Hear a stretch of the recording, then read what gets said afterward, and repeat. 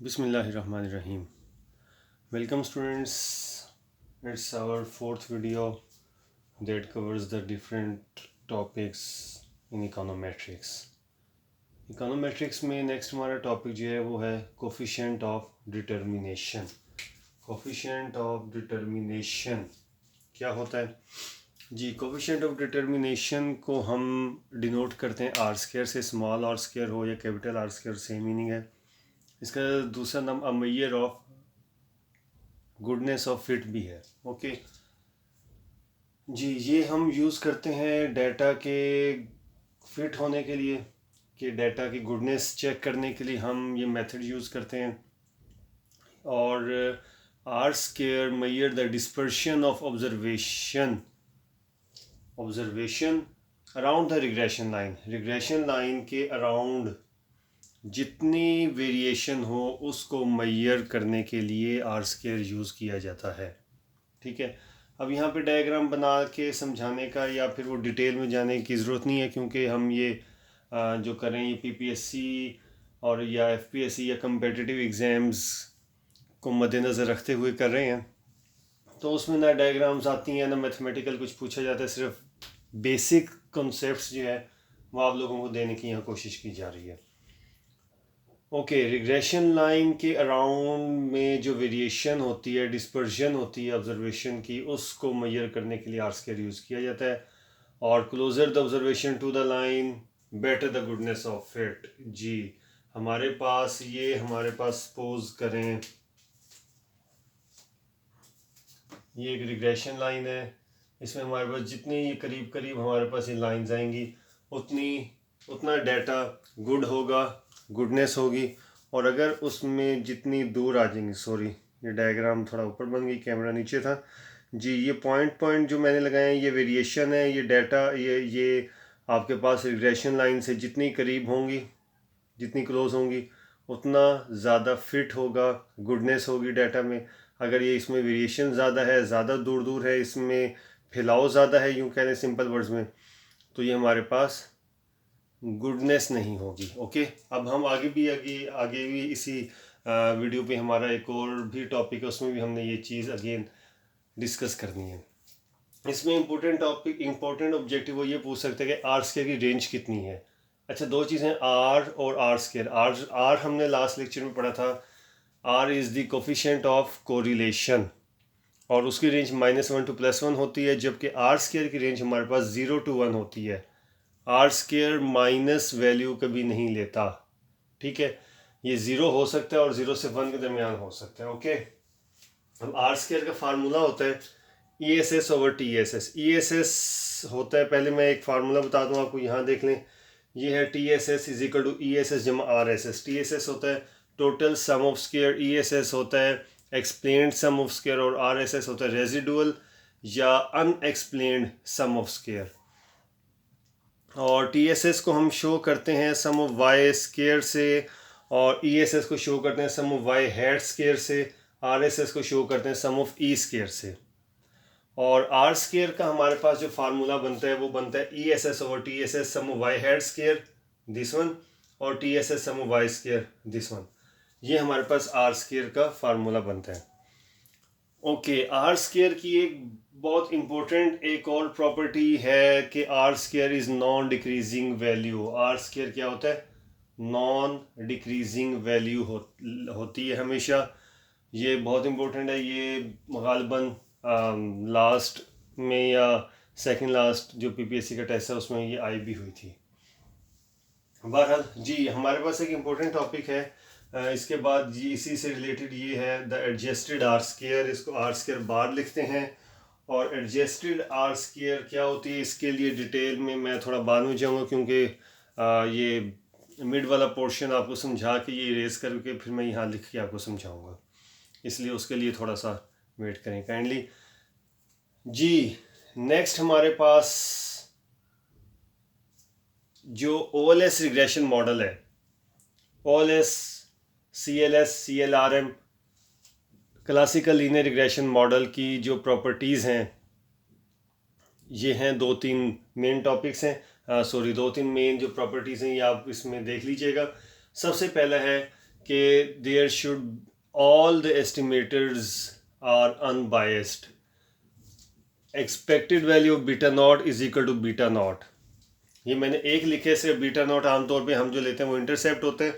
तो हमारे पास इंटरसेप्ट हो या स्लोप b1 b2 b3 कोई भी हो जाए, ये याद रखिएगा कि जो एस्टिमेटर्स हैं वो हमेशा अनबायस्ड होंगे. अगर वो बायस्ड होंगे तो वो हमारे पास ब्लू की प्रॉपर्टी पे फुलफिल नहीं उतरते. अब ये ब्लू क्या होता है ये हम आगे देखते हैं. इन्हीं की प्रॉपर्टीज़ को OLS estimators constants coefficients parameters जो हमने लास्ट लेक्चर में किए थे इंटरप्रिटेशन उसमें बताया था, उनकी प्रॉपर्टीज़ को एक्सप्लेन करने के लिए गॉस मार्कअप थ्योरम है. और गॉस मार्कअप थ्योरम याद रख लें, ये रिलेटेड है OLS की प्रॉपर्टीज़ के लिए, OLS एस्टिमेटर्स की प्रॉपर्टीज़ के लिए. ओके, और वो कहता है कि all estimators should be blue. Blue क्या होता है? Best linear unbiased estimator. Best क्या होता है? बेस्ट का मतलब यहाँ पे ये लिया जा रहा है कि लीस्ट वेरिएंस होना चाहिए, मिनिमम वेरिएंस होना चाहिए. बेस्ट मींस लीस्ट वेरिएंस होना चाहिए. लीनियर मतलब लीनियर फॉर्म में होना चाहिए. अनबायस्ड होना चाहिए. अनबायस्ड के मैं ऊपर बता चुका हूँ आपको. अगर ये तीनों प्रॉपर्टीज़ पूरी होंगी, लीस्ट वेरिएंस की, लीनियर की और अनबायसनेस की, तो हमारे पास जो एस्टिमेटर होगा वो ब्लू कहलाएगा. ठीक है. नेक्स्ट हमारे पास एक स्मॉल सा टेस्ट है. वैसे इसमें जी टेस्ट भी है, टी टेस्ट भी है. आमतौर पे जी टेस्ट हम लेते हैं जब सैम्पल साइज़ हमारे पास लार्जर देन या ग्रेटर देन 30 हो. और स्टूडेंट टी टेस्ट उसको बोलते हैं या टी टेस्ट बोलते हैं, वो हम लेते हैं जब उसमें सैम्पल साइज़ हमारे पास लेस देन 30 हो. बहरहाल ये तो स्टेट्स का हाँ जाता है, लेकिन क्योंकि सिलेबस में है इकोनॉमी इसलिए हो सकता है वो पूछ ले जी. अब हमारे पास इसमें एक 2-3 लाइनों का एक ऑब्जेक्टिव वो पूछ सकते हैं. The analysis of variance test, इसको बोलते हैं एनोवा टेस्ट. इसके लिए एनोवा टेबल अलग होता है. एनी हाउ ये हम यूज़ करते हैं study of the components of TSS, total sum of square. Total sum of square के जो कंपोनेंट्स हैं ESS और RSS, इन कंपोनेंट्स की स्टडी के लिए हम यूज़ करते हैं एनोवा टेस्ट. और एनोवा टेस्ट में हम कौन सा टेस्ट यूज़ करते हैं? ये हमारे पास होता है F टेस्ट. F स्टैटिस्टिक्स हम यूज़ करते हैं. ठीक है.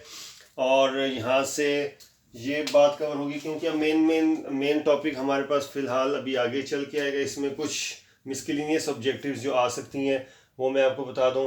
ये एनोवा टेबल का बता दिया, F टेस्ट हो गया जी. नॉन लीनियर फॉर्म्स जो होती हैं हमारे पास, लॉग लीनियर रेसिप्रोकल या लॉग मॉडल, ये functional forms of regression model में हम देख चुके हैं जब इकोनोमेट्रिक्स हम कोर्स करते हैं उसमें. यहाँ से ये बताने की ज़रूरत है कि नॉन लीनियर इक्वेशन को लीनियर बनाने के लिए हम लॉगरिथमिक मेथड यूज़ करते हैं, लॉग यूज़ करते हैं. लॉग यूज़ करने से नॉन लीनियर इक्वेशन को लीनियरिटी में कन्वर्ट किया जा सकता है. ओके स्टूडेंट्स, अब हमारे पास जी हमने लास्ट पढ़ा था कि हमारे पास कुछ अजम्पशंस होती हैं. हमारे पास कुछ अजम्पशंस होती हैं जो हमने पढ़ी थी म्यू की अजम्पशंस या स्टोकेस्टिक वेरिएबल्स की अजम्पशन. और ये स्टोकेस्टिक वेरिएबल या म्यू या एरर टर्म या रैंडम टर्म की अजम्पशंस में हमने ये पढ़ा था कि एक एक अजम्पशन होती जाएगी और एक एक चैप्टर होता जाएगा. लेकिन हमने सर इसमें 5-6 अजम्पशंस हैं वो करनी है, उनके बेस पे एक एक चैप्टर हमने करना है. सबसे पहले हमारे पास जो एक अजम्पशन थी इसमें कि the variance of error term और the variance of stochastic variable should be a constant value. ठीक है. अगर हमारे पास कांस्टेंट वैल्यू होगी तो ठीक है, होनी चाहिए. मैंने उस वीडियो में भी बताया था होनी चाहिए. अजम्पशंस होती ही है कि होना चाहिए, but it should not be. लेकिन ऐसा होता नहीं है. होना चाहिए लेकिन हो नहीं सकता. ठीक है. उसकी रीज़न्स क्या है? रीज़न्स हम यहाँ डिस्कस नहीं करेंगे, वो आप हेट्रो या होमो के चैप्टर में देख सकते हैं. अगर हमारे पास म्यू का जो वेरिएंस है कांस्टेंट ना हो तो उसको हम कहते हैं हेटेरोस्डास्टिसिटी. सीडास्टिसिटी भी कहते हैं, स्कीडास्टिसिटी भी कहते हैं. सी की आवाज़ या खे की आवाज़, वो जैसे भी आप देखना चाहें साउंड जो मर्ज़ी आप दे लें. ओके, हेटेरोसीडास्टिसिटी. और इसमें हेट्रो का मतलब होता है डिफरेंट, सीडास्टिसिटी का मतलब होता है स्प्रेड या वेरिएशन या फैलाव. ठीक है. ये जो अभी मैंने लास्ट आपको इस डायग्राम में बताया था आर स्क्वायर की, वो भी इसी ऑलमोस्ट यही चीज़ें मैं कि आप डायग्रामेटिकली सेम चीज़ है. ठीक है. मैं भी आगे भी लेके चलता हूँ आपको. और अगर सेम वेरिएंस होगा, डिफरेंट वेरिएंस नहीं होगा, तो उसको हम होमोसिडासिटी कहते हैं। होमो का मतलब होता है हमारे पास सेम, और अगर हमारे पास क्वेश्चन में या कहीं पे सिग्मा स्क्वायर म्यू आई लिखा हो, इसका मतलब है हेट्रोसिडासिटी है। और अगर कहीं सिग्मा स्क्वायर म्यू लिखा हो, आई ना लिखा हो, तो ये हमारे पास होमोसिडासिटी है। आई हमारे पास सबस्क्रिप्ट होता है, और सबस्क्रिप्ट हमारे पास आई जो है वो 1 2 3 4 एंड सो ऑन बहुत सारी वैल्यूज़ लेता है। अगर डिफरेंट वैल्यूज़ ले रहे हैं, इसका मतलब डिफरेंट वेरिएंस है, और डिफरेंट वेरिएंस है तो that means there is heteroscedasticity in the data. But if I is not written here, so we can say that the data is homoscedastic. Okay, अब इसके अगर हमारे पास डाटा में हेट्रोसिडासिटी आ जाए जी, अब देखें सिंपल सा वे है इसका। हमारे पास कोई बीमारी हो, आए किसी को बीमारी, फ्लू है, खांसी है, नज़ला हो, हम सबसे पहले देखते हैं, समझते हैं बीमारी है क्या, फिर हम देखते हैं उसके असरात क्या पड़ेंगे, उसके कॉन्सिक्वेंसेस क्या होंगे, फिर हम उसको वेरीफाई करने के लिए हम डिफरेंट जो टेस्ट है वो लगाते हैं, और उसके बाद हमने इसको रिमूव करना होता है, उसके सोल्यूशन की तरफ जाते हैं, मेडिकेशन करते हैं। सेम यही हेट्रोसिडासिटी एक हमारे पास डाटा के लिए बीमारी है, ठीक है। अब इसके कॉन्सिक्वेंसेस क्या होंगे, इसके क्या असरात, क्या मुज़िर असरात हो सकते हैं। सबसे पहला मुज़िर असर इसका ये होगा कि formula of variance of betas are not applicable जी। वेरी इंपॉर्टेंट, हमारे पास इंटरसेप्ट या स्लोप या B1 B2 B3 जितने भी बीटाज हैं, जितने भी एस्टिमेटर्स हैं, उनके जो वेरिएंस के फार्मूला होते हैं वो एप्लीकेबल नहीं हो सकते इन केस ऑफ हेट्रोसिडासिटी। ये पूछ सकता है वो। सेकंड हमारे पास है हाई वेरिएंस होता है, नो बिलो। जब हाई वेरिएंस होगा हमारे पास, हाई वेरिएंस है, हाई वेरिएंस का मतलब कि नो बिलो, ठीक है। नो बिलो एस्टिमेटर है तो ऑब्वियसली गॉस मार्कअप थ्योरम में पूरा नहीं उतरता। हाई वेरिएंस से क्या होता है, हाई वेरिएंस का मतलब ये है कि हाई वेरिएंस होगा तो हाई वेरिएंस का मतलब है कि ऑब्वियसली वेरिएंस का फार्मूला भी एप्लीकेबल नहीं हो सकता। ओके, हाई वेरिएंस का मतलब है वेरिएशन बहुत ज़्यादा है, फैलाव बहुत ज़्यादा है, हेट्रोसिडासिटी है जी। हमारे पास जब हाई वेरिएंस होगा तो कोफिशिएंट्स, ओके। एक और बात, अच्छा पहले एक बात यहाँ, ये मैं लिखना स्किप कर गया हूँ, आई थिंक भूल गया था। आप ये नोट कर लेंगे, अगर वेरिएंस हाई होगा तो इसका मतलब है कि कॉन्फिडेंस इंटरवल भी लार्ज होगा जी। ये वेरी इंपॉर्टेंट पॉइंट है, अगर वेरिएंस हाई होगा तो कॉन्फिडेंस इंटरवल भी लार्ज होगा। ओके ओके, उसके बाद वो, अच्छा ऐसा नहीं है कि अगर हाई वेरिएंस है या हेट्रो है तो कोफिशिएंट्स जो हैं उनका एस्टिमेटर्स का जो मीन है, जो एक्सपेक्टेड वैल्यू है, वो हमारे पास बायस हो जाएगी। नहीं, ऐसा नहीं। अगर E of B not suppose करें ये इक्वल टू बी नॉट है, ये अनबाइस्ड वैल्यू है, इसका वेरिएंस चाहे हाई भी हो लेकिन ये अनबाइस है तो अनबाइस ही रहेगा। हाई वेरिएंस जो है वो किसी एस्टिमेटर की बायसनेस चेंज नहीं करती। एक बार फिर सुन लें, high variance doesn't destroy the property of unbiasedness of the estimator, ठीक है। और उसके बाद जब वेरिएंस हाई है, कॉन्फिडेंस इंटरवल हाई है, तो ऑब्वियसली जो प्रिडिक्शन है हमारे पास वो भी इनएफिशिएंट होगी। ये हमारे पास इसके मुज़िर असरात हो सकते हैं, कॉन्सिक्वेंसेस हो सकते हैं। अब हमने देखना है कि इसमें कौन कौन से टेस्ट अप्लाई कर सकते हैं हम, या हेट्रो के लिए कौन से टेस्ट होते हैं ये वेरीफाई करने के लिए। सबसे पहला टेस्ट होता है स्पीयरमैन रैंक कोरिलेशन। ये हम लास्ट भी पढ़ चुके थे कोरिलेशन कोफिशिएंट के लेक्चर के दौरान, कि स्पीयरमैन रैंक कोरिलेशन में हमने RS फाइंड करते हैं, यहाँ तक तो हमने उसमें किया, लेकिन स्पीयरमैन रैंक कोरिलेशन में आगे हम T टेस्ट अप्लाई करते हैं। ओके, अब ये कैसे करते हैं, क्या मेथड है, ये हमने यहाँ के बताने की करने की ज़रूरत नहीं है। Next test is Glejser test. Glejser test में हम डिफरेंट फॉर्म्स लेते हैं, डिफरेंट इक्वेशंस लेते हैं, फंक्शनल फॉर्म्स की हम डिफरेंट अप्लाई करते हैं, ठीक है। और नेक्स्ट टेस्ट हमारे पास गोल्डफेल्ड क्वांट टेस्ट है, इसमें हम F स्टैटिस्टिक्स यूज़ करते हैं जी। हम ये कह रहे थे इसमें F टेस्ट यूज़ होगा। उसके बाद हमने इसको रिमूव करने देखें, जब हमें पता लग गया कि हमें ये प्रॉब्लम है, ये इसका ये असरात मुज़िर हो सकते हैं डाटा पर, ये टेस्ट के ज़रिए हमने वेरीफाई कर लिया।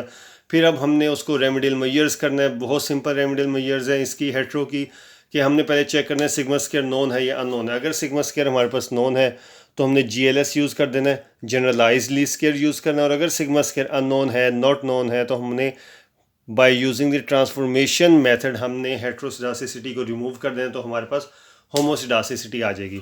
ये दो सिंपल से डायग्राम्स के ज़रिए मैंने थोड़ा सा समझाने की कोशिश की है। अगर हमारे पास रिग्रेशन लाइन है और हमारे पास जो वेरिएशन है अराउंड द लाइन इस तरह की है जो सेम किसी ये पैटर्न के अंडर आ रही हैं, तो ये हमारे पास होमोसिडासिसिटी है। अगर ये वेरिएशन हमारे पास विदाउट एनी पैटर्न है और फैलाव बहुत ज़्यादा है, वेरिएशन बहुत ज़्यादा है, तो ये हमारे पास हेट्रोसिडासिसिटी कहलाएगी।